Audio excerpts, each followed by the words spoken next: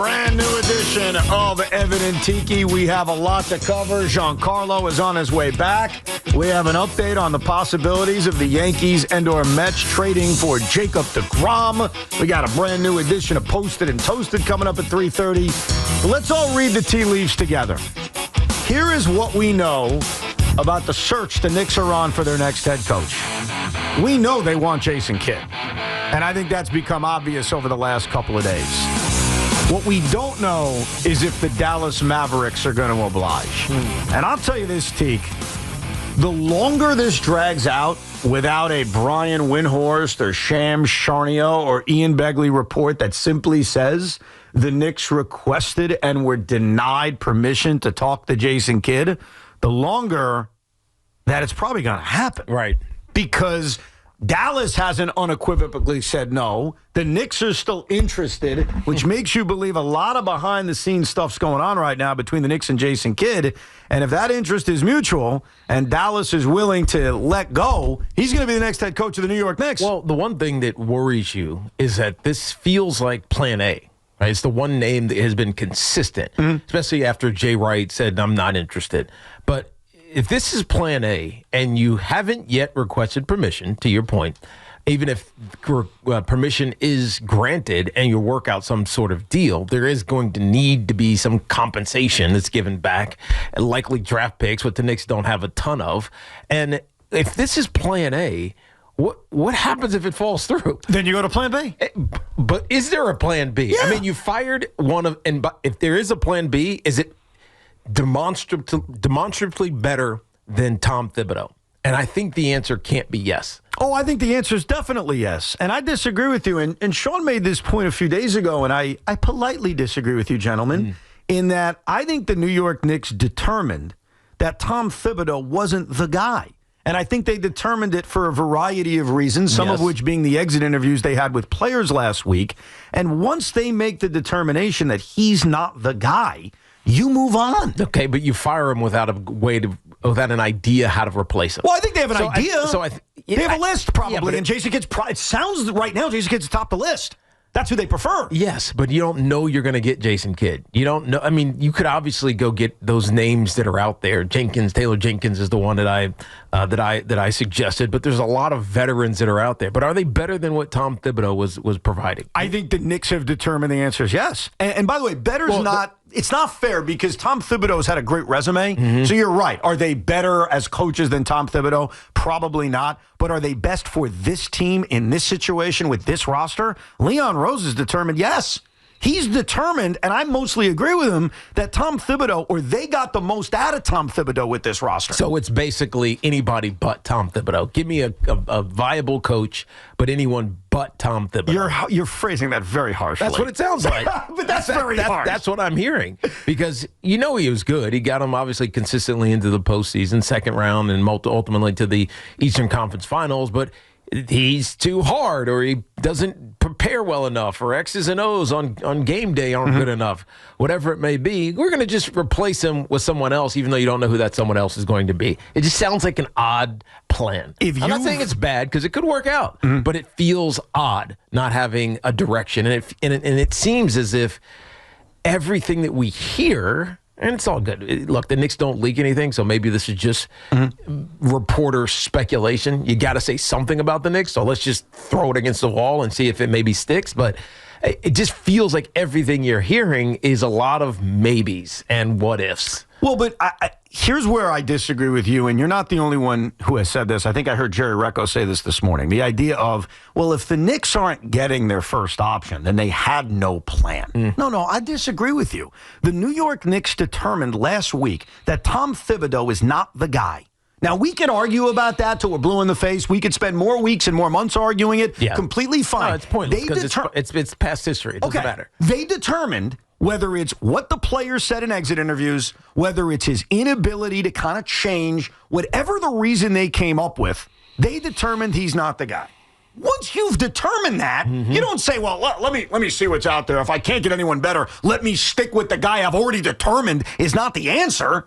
Like, they clearly decided, and I happen to agree with them, we're better off getting another voice. Now, once you move into the second grouping of this, which is let's go find the coach, you make a list. It certainly sounds like right now the Knicks' top choice is Jason Kidd. Yeah. If they don't get Jason Kidd, and it's not going to be because Jason Kidd doesn't want to come here, I think the last few days, if you read the tea leaves, this is now all about the Dallas Mavericks.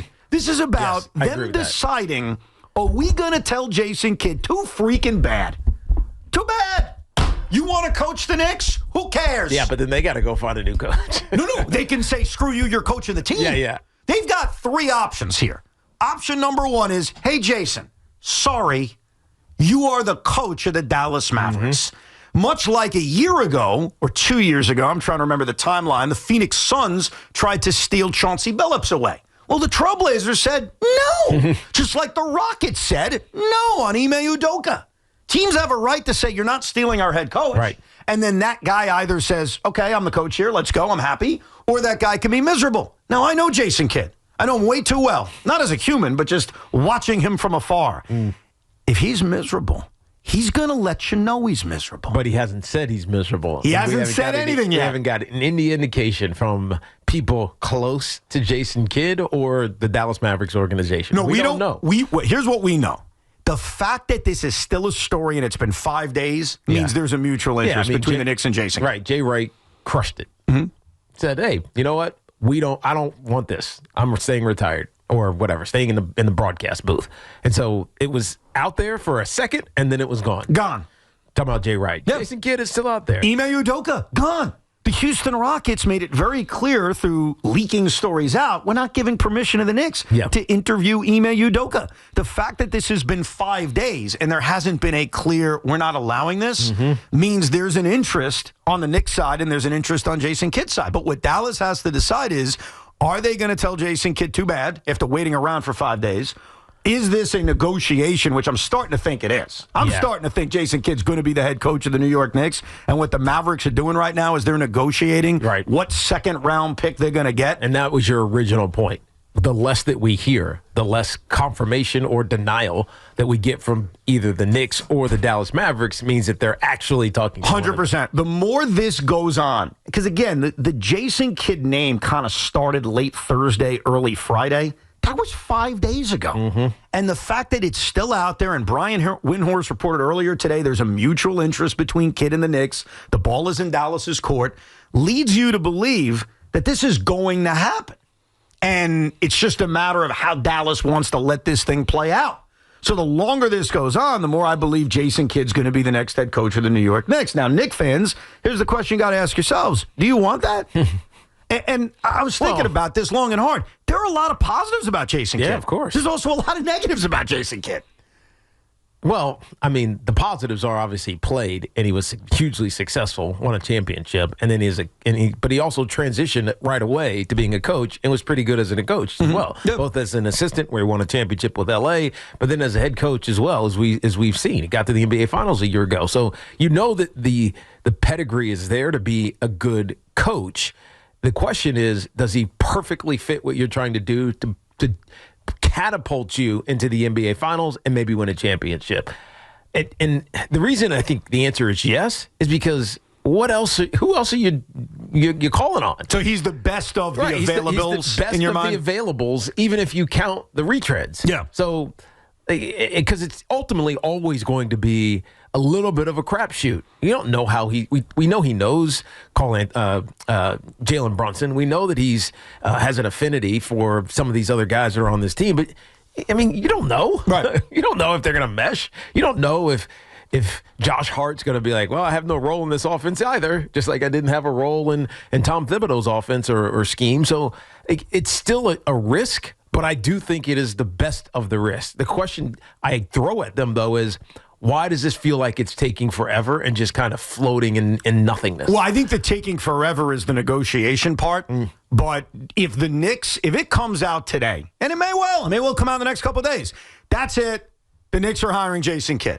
Your reaction as an IBO would be good hire. Good hire. Yeah, there's a lot of good, there's a lot of bad. And you got to decide which outweighs which. So let me lay it out, and then we can all decide together.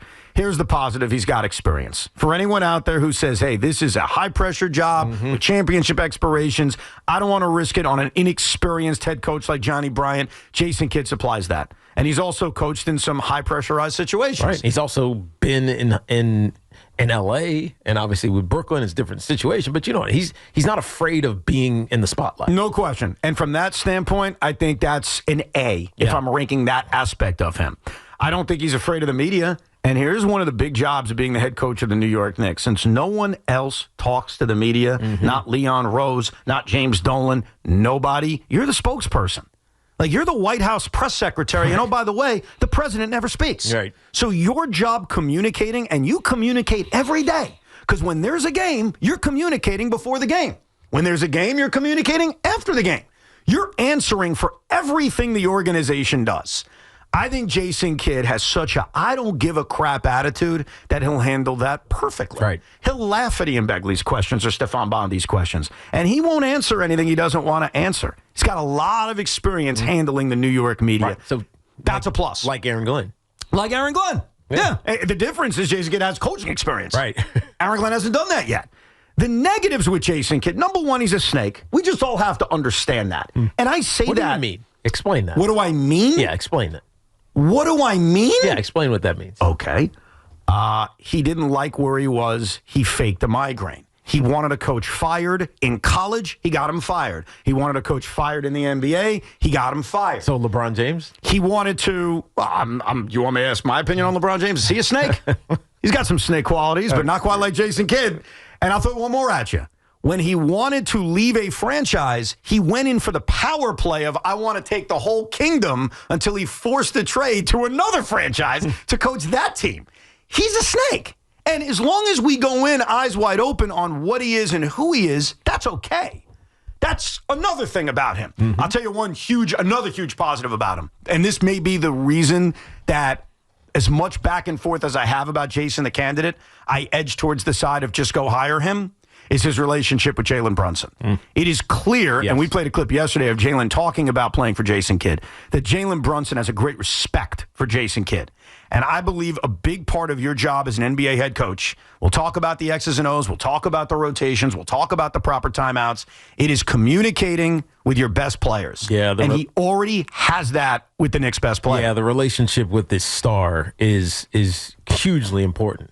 Because if that's bristly in any way, as soon as things go awry or south, then you're talking. You get two talking heads. You got two heads in front of the media, and maybe saying different things, and that's when it gets divisive, and that's when things start to fall apart. So having the relationship or fostering the relationship with the star player is so important for any sport, but particularly in NBA, where you play so many games, and these little things can get blown out of proportion very quickly. Now, anyone listening to us can take that positive, the relationship he has with Jalen Brunson and the experience that he has, and that could outweigh any negative I'm about to bring up. And I understand that. But here are the negatives with Jason Kidd as a head coach. If you ask the people of Dallas, if you ask the Maverick fan, what do you think of Jason Kidd? What are your criticisms of Jason Kidd? Here are the criticisms, and let me know if it sounds familiar. Number one, he rides his starters too much. Number two, he doesn't develop young players and uses bench enough. And number three, and this is undeniable based on the data, he relies very heavily on iso ball. Right. Now, that could be the players that he had. When you have a talent like Luka and a talent like Kyrie Irving, there may be good reason for why you rely on iso ball. But those three things, which are all true, are three things that drove people nuts about Tom Thibodeau. Yeah. So it's a reminder that the perk of Kidd over Thibodeau isn't necessarily the X's and O's or the rotations. It's more the personality and the communication. Yeah, but it's also the potential adaptability. Is Jason Kidd going to stick with that the entirety of a 7-game series? Or will he acknowledge that this isn't working, let me do something different? That's where it felt like Tom Thibodeau was flawed, where he just couldn't come off of his obsession with his starting five and trusting only them in critical moments, even if it was statistically and eye test-wise detrimental to winning, right? Jason Kidd might be different than that. So even though he might have the same MO, he might have the same facade as Tom Thibodeau in regard to some of his operations, but it's the adjustability in series that matter in the postseason that get you successful or not. And that's how you're going to be measured. because regular season success no longer matters around here. No. It just doesn't, because the expectations are championships. It's getting to an NBA Finals. It's postseason. So when we're sitting here a year from now analyzing Jason Kidd's first year as head coach of the New York Knicks, if this indeed goes down, we're barely going to talk about the 82 games unless something catastrophic happened. Right. Unless a guy got hurt. Right, or they're struggling to make the postseason. Right, or something crazy like that. So overall, here's the way I look at the Jason Kidd hire. It's okay. That's how I view it. It's good. It's fine. To me, I'd still go Johnny Bryant. And the reason why I'd go with Johnny Bryant is because, A, I like the fact he's worked with this roster before, and B, I love the fact that he may be a better coach than Jason Kidd. He may be a better coach than Tom Thibodeau. A part of the unknown is that unknown may be better than you ever imagined. I also like the fact that if you look at past NBA champions, we've seen a long track record of young coaches, first-time coaches, winning. Right. It's not like it's a key to death when you're coaching in the NBA. So if you ask me, and I'm trying to be an IBO as best I can, I'd prefer Johnny Bryant. I think Jason Kidd is a nice, okay hire. It offers some perks, like his relationship with Jalen Brunson, like the way he's going to handle the New York media, the fact that he has great experience handling pressure and being in this town, and he's a great player, one of the great players I've ever seen. And so the respect he garners from that room is different than someone like Tom Thibodeau, who, no offense, was never Jason Kidd. I think the negative at hand is the fact that that snake may eventually bite you too. You don't know it's snakes. Yeah, but I don't... He also wants to win. You know what I mean? Like, he wants to be viewed as a champion, as a coach as well. I know he's there an assistant, but as a head coach and in New York, I know what you're talking about snake-wise, but I don't know what he would do. Unless it runs afoul of James Dolan or Leon Rose, and then it becomes like an internal behind-the-scenes battle. I can't see him trying to sabotage the Knicks like he's done other places. No. Here's the thing about a snake, Tiki. You don't know what they're going to do. I can't sit here and tell you what catastrophic thing he would do. True. The scary thing about snakes is they could bite you at any moment. You have no idea. They could slither at any point. You don't know. That's the risk that comes with him. But he does provide experience, and I would rate it on the Evans scale as a 7.5. Like, okay, that's pretty good. What would you? Does that make you all excited, Tommy, if this comes through and you get Jason Kidd? Let me go back to, it's complicated. I would say I'm around the same range as you, 7.5, 7.8.